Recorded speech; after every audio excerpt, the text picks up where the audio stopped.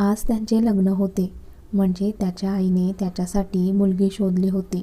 ओमकार आपला हिरो, दिसायला राजबिंडा, 6 फूट उंच, जिममध्ये जाऊन कमावलेली बॉडी, सगळ्याच बाबतीत परफेक्ट.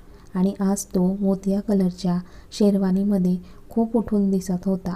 लग्न होते त्याचे, पण त्याच्याकडे बघून वाटत नव्हते की त्याला या लग्नात काही रस आहे म्हणून. त्याला आता लग्न मंडपात बसून खूप कंटाळा आला होता आणि टाइमपास म्हणून तो मोबाईल पाहत होता. त्याला असे बघून त्याची आई अरुणा ओमकारजवळ येऊन उभ्या राहतात. ओमकारचे लक्ष अजून पण त्याच्या आईकडे नव्हते, एवढा तो मोबाईल पाहण्यात गुंग होता.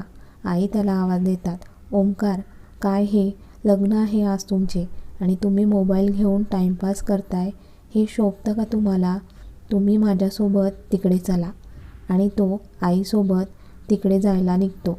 तो इकडे तिकडे पाहत चालत असतो आणि अचानक कोणाला तरी धडकतो. हे सगळं एवढे अचानक होते की त्याला काही कळत नाही. पण ते दोघं एकमेकांना धडकल्यामुळे समोरील व्यक्ती खाली पडणार की ओमकार त्या व्यक्तीच्या कमरेत हात घालून तिला जवळ ओढतो. समोरील व्यक्ती तर पडायच्या भीतीने डोळे बंद करून घेते आणि आपला हिरोचे लक्ष तिच्याकडे जाते आणि तो तिच्याकडे पाहतच राहतो. कारण त्याच्यासमोर परीसारखी सुंदर दिसणारी अशी मुलगी होती. तिने रेड कलरची साडी नेसली होती. त्यात ती कमालीची सुंदर दिसत होती. चेहऱ्यावर थोडाफार मेकअप केला होता, पण ती नॅचरली सुंदर असल्यामुळे तो मेकअप पण तिच्या पुढे फिका पडत होता. ती तर अजूनही डोळे मिटून तशीच उभी होती. आपण पडलो का नाही म्हणून ती एक डोळा ओपन करून पाहते आणि समोरची व्यक्ती तिला दिसते. ती व्यक्ती म्हणजे ओमकार, तिचे होणारे जिजाजी असतात. त्यांना असे बघून ती गडबडून नीट उभी राहते आणि त्यांना सॉरी म्हणते. पण ओमकार तर तिच्याकडे भान हरपून पाहत असतो. तोच आई मागे वळून पाहतात आणि पुन्हा डोक्याला हात मारत, आता काय केले या मुलाने, असे म्हणत त्या ओमकारजवळ येतात. ओमकार, काय हे, आणि आईच्या आवाजाने तो भानावर येतो. इकडे ती मुलगी दुसरीकडे निघून जाते. आई, मला 15-20 मिनिट एकट्याला सोडशील का? तशा आई नाराजीने तिथून निघून जातात आणि ओमकार लग्न मंडपाच्या बाहेर येऊन एका बाकावर बसत विचार करत असतो. ओमकार, आता मी ज्या व्यक्तीला धडकलो ही तीच आहे का? हो हो, तीच आहे, जिला मी मागच्या 1.5 महिन्यापासून शोधत आहे. पण मी हिला कुठे कुठे नाही शोधले आणि ही इथे भेटली. तो तिचा विचार करत पुन्हा आत येतो, कारण आता त्याला तिच्याशिवाय दुसरे काही सुचतच नव्हते. तोच त्याला समोर तीच दिसते जी ओमकारच्या आईसोबत बोलत असते आणि तिच्या शेजारी अजून 2 व्यक्ती उभ्या असतात. त्या व्यक्तींकडे ओमकार पाहतो तर समोर त्याच्या होणाऱ्या बायकोचे वडील म्हणजेच त्याचे सासरे उभे असतात. ही माझ्या सासऱ्यांच्या सोबत आहे, म्हणजे ही त्यांची मुलगी आहे का? ओमकारच्या मनात विचार येऊन जातो. ओमकार, आता अजिबात वेळ वाया घालवू नको, अजून लग्न झाले नाहीये तुझे. आणि तो काहीतरी विचार करून त्यांच्याजवळ येतो. त्याच्या सासऱ्यांकडे पाहत, ते मला तुमच्याशी महत्त्वाचे बोलायचे आहे, प्लीज आपण बाजूला जाऊन बोलायचे का? ओमकार त्यांना विचारतो. तसे लीलाधरराव ओमकारसोबत बाहेर येतात. बोला जावई बापू, काय बोलायचे आहे? ते तुमच्यासोबत मगाशी जी मुलगी होती ती कोण होती? लीलाधरराव हसत, ती होय, ती गौरी आहे, माझी लहान मुलगी आहे.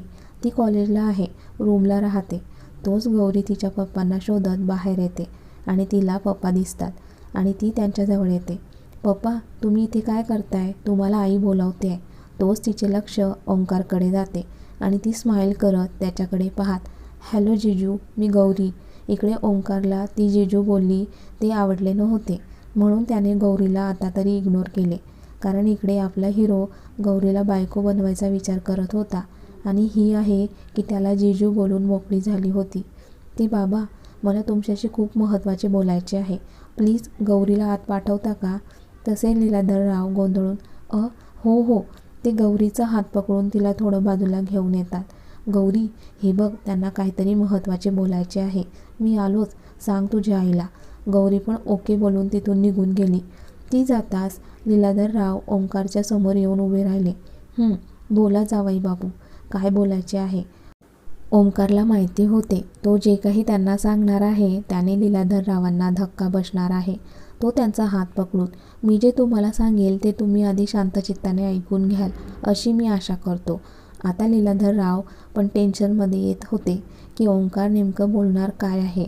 बाबा, ते मी हर्षदासोबत लग्न नाही करू शकत. त्याचे बोलणे ऐकताच लीलाधरराव धक्क्याने 2 पावले मागे गेले. पण ओंकारने त्यांना आधार देत सांभाळून घेतले आणि तो पुढे बोलायला लागला. हर्षदामध्ये काहीही कमी नाही आहे, पण मला खरंच तिच्यासोबत लग्न नाही करायचे. आणि समजा आमचे लग्न झालेही तरी मी तुमच्या मुलीला प्रेम देऊ शकणार नाही. खरं तर आधीपासून माझा या लग्नाला विरोध होता, पण माझ्या आईसाठी मी तयार झालेलो. जावई बापू, तुम्ही असे का बोलत आहात? म्हणजे तुम्ही हे लग्न नाही केले तर आम्हाला कुठे तोंड दाखवायला पण जागा राहणार नाही. आणि तुम्ही अशा वेळेला सांगत आहात की आता काहीही होऊ शकत नाही, कारण काही वेळातच तुमचे आणि हर्षदाच्या लग्नाचा मुहूर्त आहे. जावई बापू, आमच्याकडून काही चूक झाली का? नाही म्हणजे तुम्ही एवढा टोकाचा निर्णय का घेतला? तुम्ही असे लग्नाच्या मंडपातून निघून गेले तर आमच्या फॅमिलीचे काय होईल? गौरीचे पप्पा खूप गयावया करून बोलत होते, कारण त्यांना सहनच होत नव्हते की ओंकार असे काही वागतील म्हणून. ते ओंकारचा हात हातात घेत, काय झाले सांगा ना तुम्ही, माझ्या हर्षदासोबत लग्न करायला का नाही म्हणताय? काय कारण आहे? हे बघा, तुम्ही मला चुकीचे समजू नका, पण मी हर्षदाशी लग्न नाही करू शकत. पण मी हर्षदाऐवजी गौरीसोबत लग्न करू शकतो आणि हे तुम्हाला पण मान्य असेल अशी मी आशा करतो. ओंकार हे बोलताच गौरीचे पप्पा रागाने त्यांचे हात सोडतात. तुम्ही काय बोलताय तुम्हाला कळतंय का? म्हणजे असे हर्षदाच्या ऐवजी गौरीसोबत तुम्ही कसे लग्न करू शकतात? लोक काय म्हणतील मला?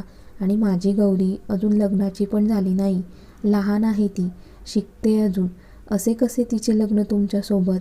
बाबा प्लीज, तुम्ही मला समजून घ्या. माझी फक्त एकच अट आहे, ते म्हणजे तुम्ही हर्षदाच्या ऐवजी गौरीला उभं करा. मला खरंच गौरीसोबत लग्न करायचे आहे, त्यामुळे लग्न मोडण्याचा प्रश्नच येत नाही. आणि तुम्हाला पण कुणाला काही तोंड द्यायची गरज पडणार नाही. म्हणजे ठरलेल्या मुहूर्तावर माझे आणि गौरीचे लग्न होईल. आणि मी लग्न करायला तयार आहे, ते पण गौरीसोबत. तर तुम्ही नाराज का होत आहात? आणि माझे हेच फायनल आहे, मी लग्न करेल तर गौरीसोबत. आता ते कसे करायचे तुम्ही बघा. एवढं बोलून ओंकार निघून गेला. इकडे लीलाधरराव डोक्याला हात लावून तिथेच खाली बसले, कारण त्यांना आता काय निर्णय घ्यावा काहीच कळत नव्हते. एकीकडे हर्षदा आणि दुसरीकडे गौरी. इकडे गौरी पुन्हा तिच्या पप्पांना शोधत येते आणि त्यांना असे रडताना बघून गौरीला खूप काळजी वाटते. ती पळतच तिच्या पप्पांजवळ येते. पप्पा, काय झाले? तुम्ही असे खाली का बसला आहात आणि रडत का आहात? तोच तिचे पप्पा तिच्या डोक्यावरून प्रेमाने हात फिरवतात आणि पुन्हा रडायला लागतात. पप्पा, तुम्ही शांत व्हा बघू. आणि असे खाली का बसला आहात? ती त्याचा हात पकडून त्यांना बाकावर बसवते. पप्पा, काय झाले? तसे तिचे पप्पा स्वतःला सावरत ओंकार जे काही बोलला ते सगळं काही गौरीला सांगतात. पप्पांचे बोलणे ऐकून गौरीला खूप मोठा धक्का बसतो.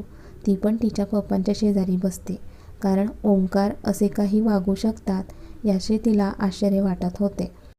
पप्पांच्या मनात नसताना सुद्धा ते खूप आशेने गौरीकडे पाहत असतात, कारण ती लग्नाला तयार झाली तर तिच्या पप्पांना कुठेही तोंड द्यायची गरज पडणार नव्हती.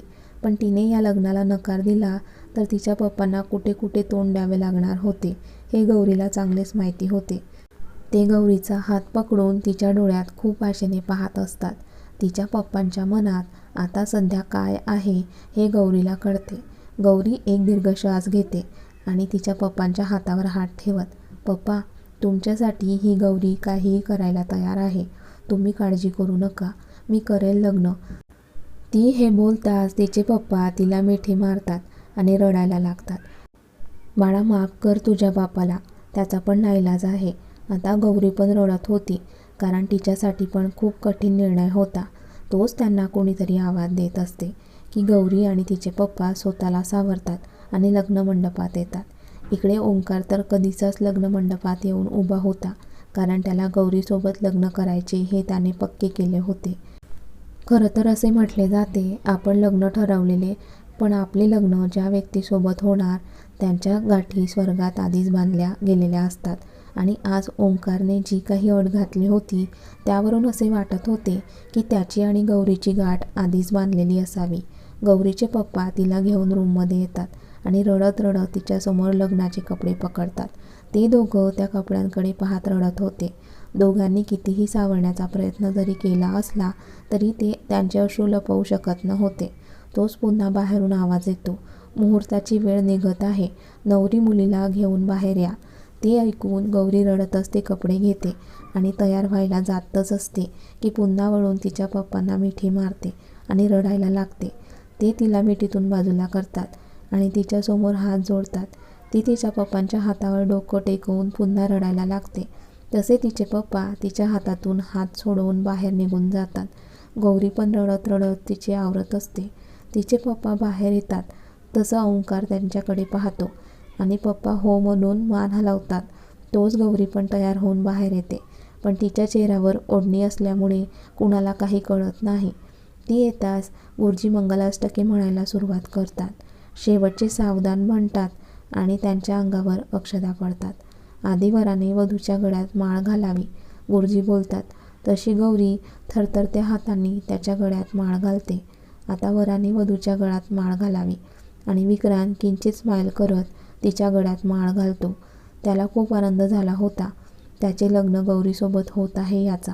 पण इकडे गौरीचे मात्र गालावर अश्रू ओघळत असतात. त्यानंतर एक एक विधी पार पडतात. आता वेळ असते ती गौरीच्या गळ्यात मंगळसूत्र घालायची. गुरुजी त्याच्या हातात मंगळसूत्र देतात. तुम्ही या मंगळसूत्राची पूजा करा आणि ते वधूच्या गळ्यात घाला.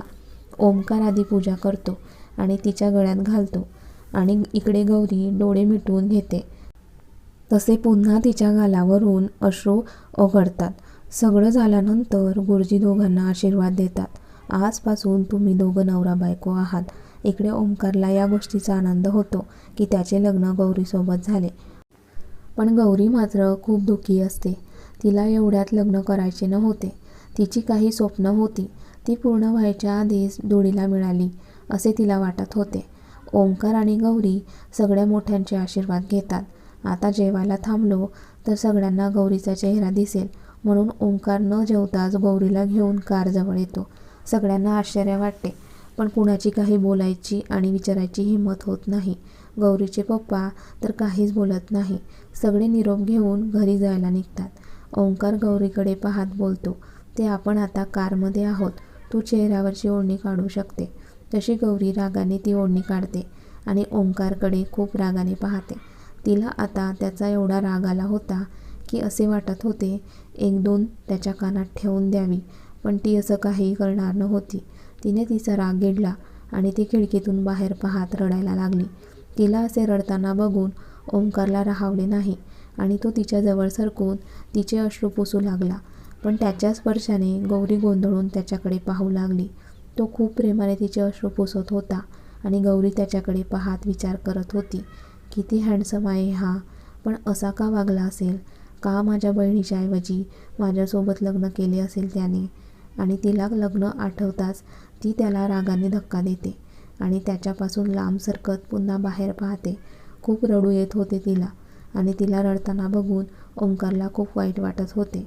पण गौरीचे लग्न त्याच्यासोबत कशा पद्धतीने झाले हे त्या दोघांना माहिती असल्यामुळे तो पण तिला रडू देतो. त्याचे घर लांब असल्यामुळे त्यांना पोचायला 1 ते 1.5 तास तरी लागणार होता. गौरी विचार करत रडता रडता तिचा कधी डोळा लागतो तिला कळत नाही. तिला असे शांत झोपलेले बघून ओंकार मात्र खूप प्रेमाने तिच्याकडे पाहत गालातल्या गालात हसत असतो. हो हो, गौरीसोबत लग्न करून आनंद जो झाला होता त्याला ओंकार का असा वागला असेल. त्याचे लग्न तिच्या मोठ्या बहिणीशी होत असताना त्याने गौरीसोबत का लग्न केले असेल. पुढे जाऊन गौरी त्याचा स्वीकार करेल का आणि त्याच्या प्रेमात पडेल का, बघूया पुढील भागात.